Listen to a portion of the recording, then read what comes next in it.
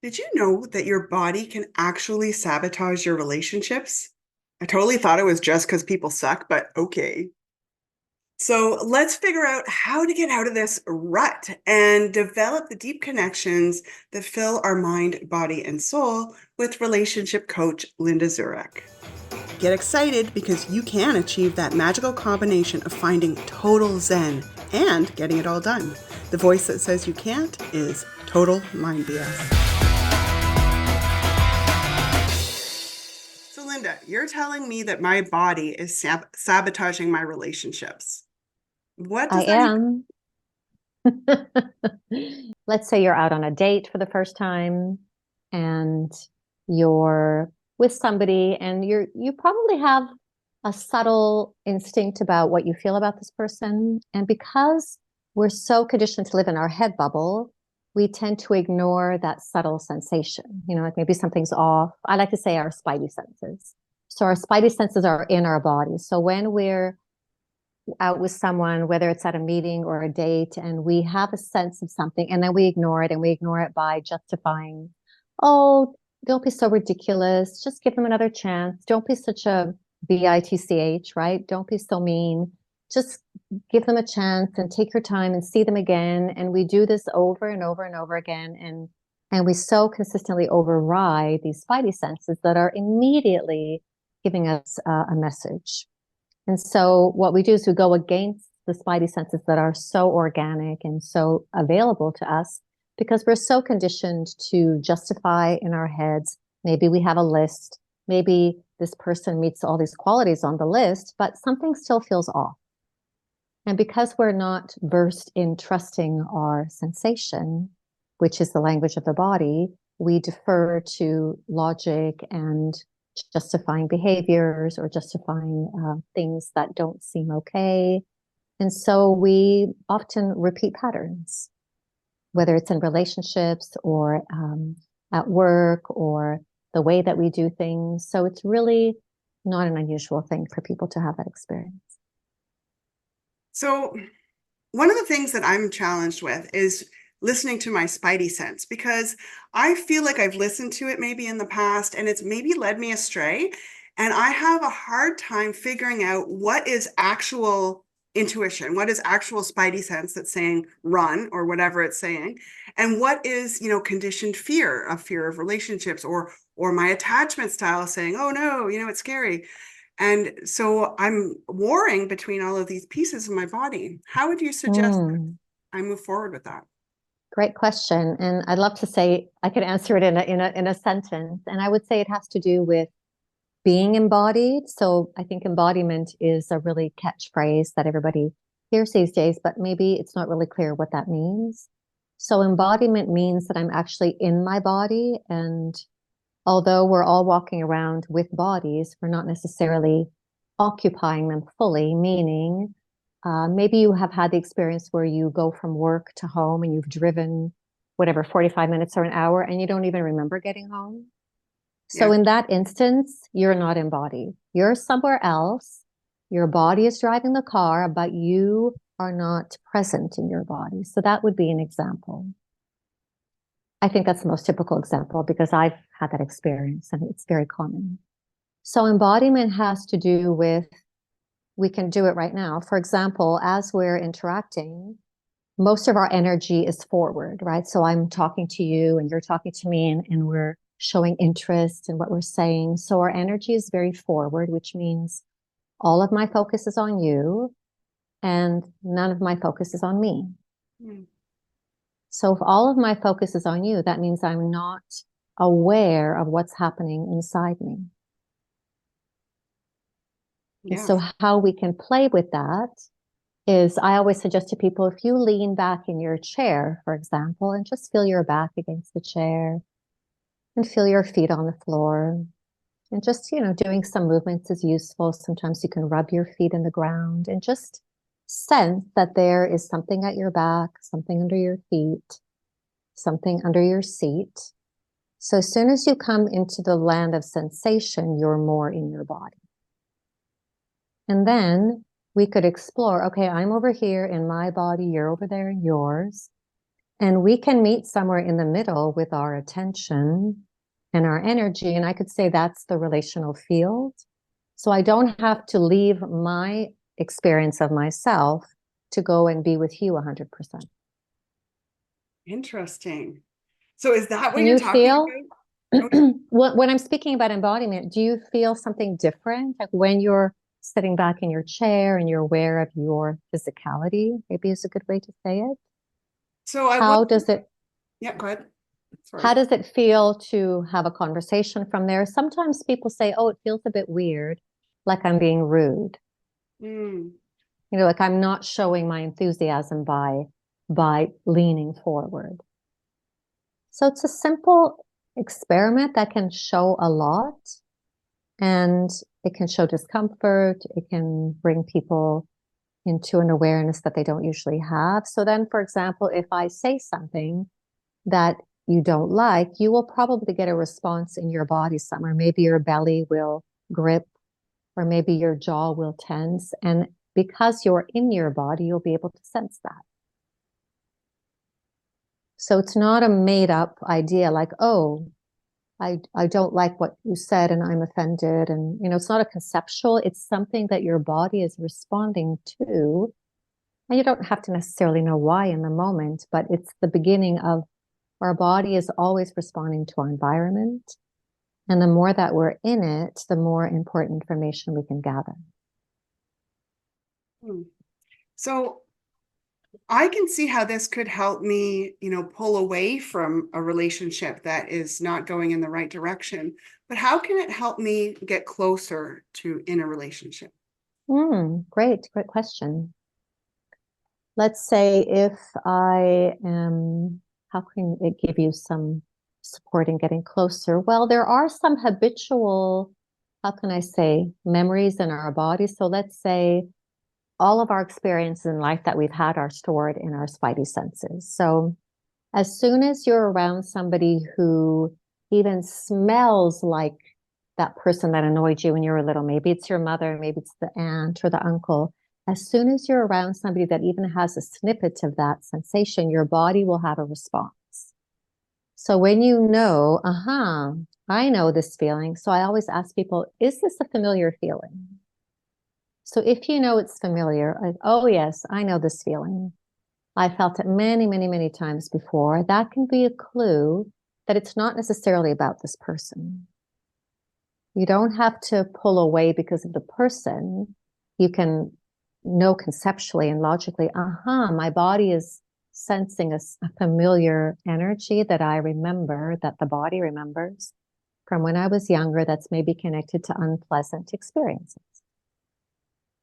So when you know that, you can, how can I say, unpack that experience and recognize, okay, I know what this is about. So part of the work is also knowing what your, how can we call it? Maybe it's an Achilles heel or a trigger is, what your body is sensitive to.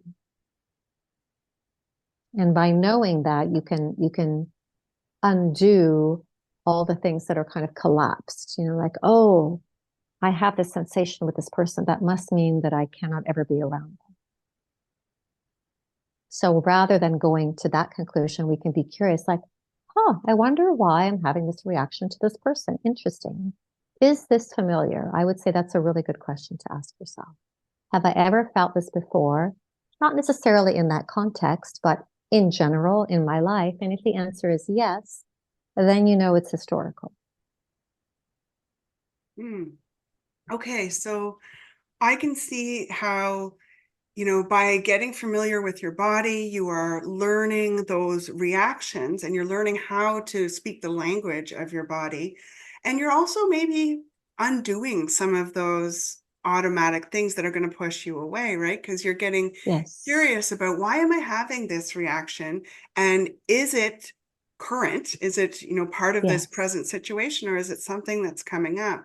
And getting those out of the way are going to help you develop a more authentic relationships. Absolutely. Absolutely. And I'm sure you've seen, of course I love to watch people interact. And I'm sure you have seen when people are having a conversation, if one person gets really upset, and they have a huge meltdown or a huge reaction, what I like to say is that when we're hysterical in response to something that's happened that is a minor thing, that's usually a way that it's historical, Hmm. right? So hysterical is usually connected to our history.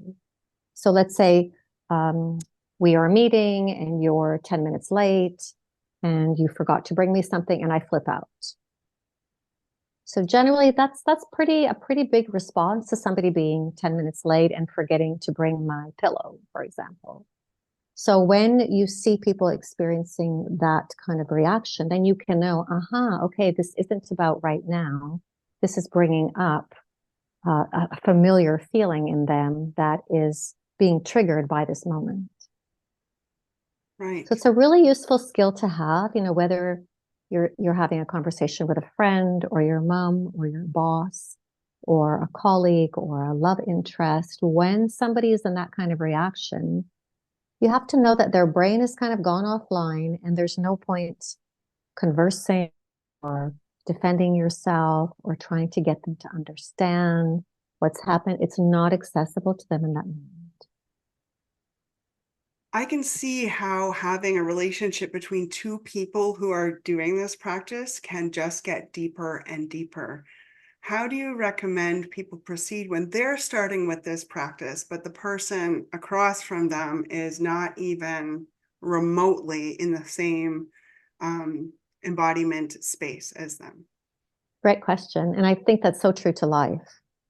I think there's something around, it's been my experience, a lot of people that come to work with me, let's be honest, they come because their spouse is the problem or their partner is the problem. It's not because they're the problem. So it seems to be quite a common match where one person has more awareness and the other does not. So unfortunately, the person with more awareness is then the one that has to change their behavior. So if I can feel, and again, because when you get versed in noticing, uh-oh, I'm having a reaction is coming up in me, and how I'd like to say it's kind of like the bubbling of a volcano. You feel it before it happens when you're versed enough in knowing the signal. So when I can feel that happening, and let's say I'm at lunch with my in-laws and family, I can know that I need to excuse myself from the table, go to the loo.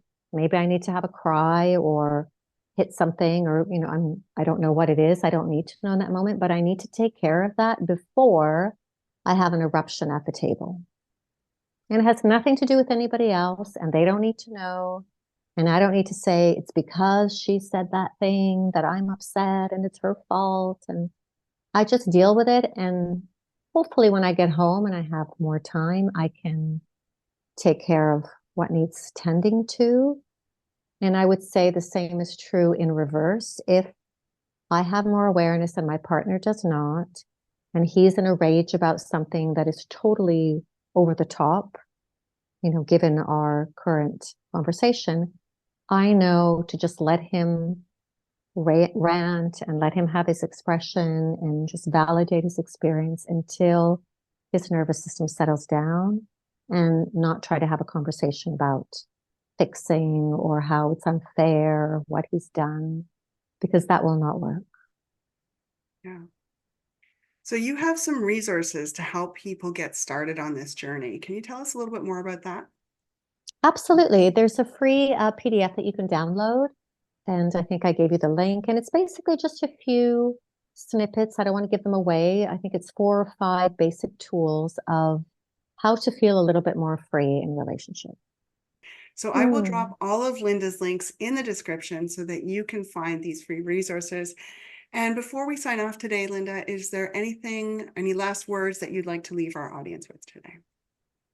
Absolutely. I want to say that really relationships are tough. And when you consider that we haven't had any training in relationships, we've trained in probably everything else in the world, how to work our car, which university to go to, which house to buy. And we're so not versed in relationships. So I really want people to have self-compassion and recognize that it's hard because we are not skilled in relating.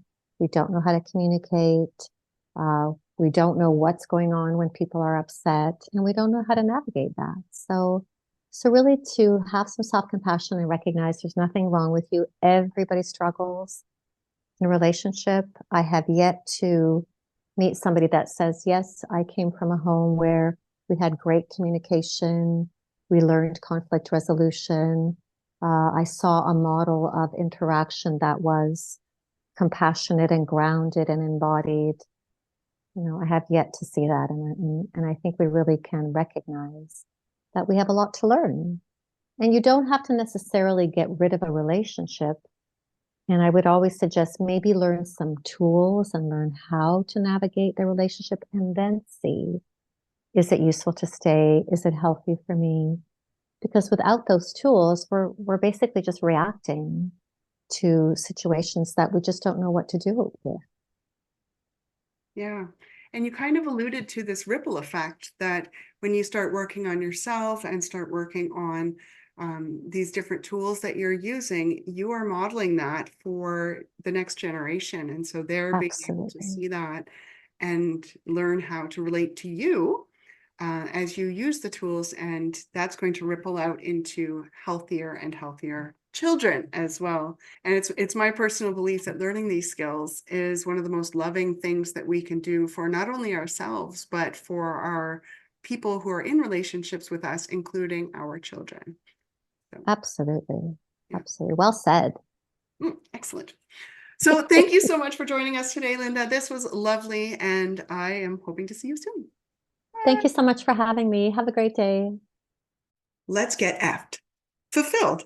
Subscribe below and see if we can make that happen. Talking about being embodied is not being embodied.